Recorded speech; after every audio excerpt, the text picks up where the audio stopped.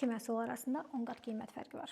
70 manat, 7 manat. Effekti isə demək olar ki, eyni. Hər iki məhsul saçların qabarmasını önləyir. Çox rütubətli havada, hətta tərləsəniz belə saçlarınızın qabarmayacağını iddia edirlər. Test edildi? Doğrudur. Digər bir vədləri elektriklənməni yox etməsidir, amma təəssüf ki, heç bir məhsul mənim saçımdakı elektriklənməni azaltmadı belə.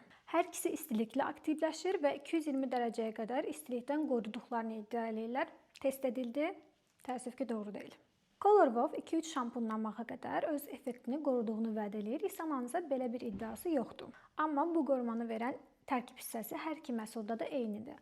Ona görə ola bilər ki, İsanada 2-3 şampunlamaya qədər öz effektini qorusun. Gərək yoxlayam. Bəs qiymətdən başqa fərqləri yoxdur? Əlbəttə ki, var. İsana biraz saçda ağırlıq hiss elətdirir, amma Color Wow-da bunu heç hiss eləmədim. Həqiqətən saçlarım ipək kimi yumşaq oldu. Hər ikisi saça parlaqlıq verir, amma İsananın 3-cü dəfə istifadədə artıq əvvəlki kimi parlaqlıq vermədiyini hiss elədim və bu biraz məni üzdü.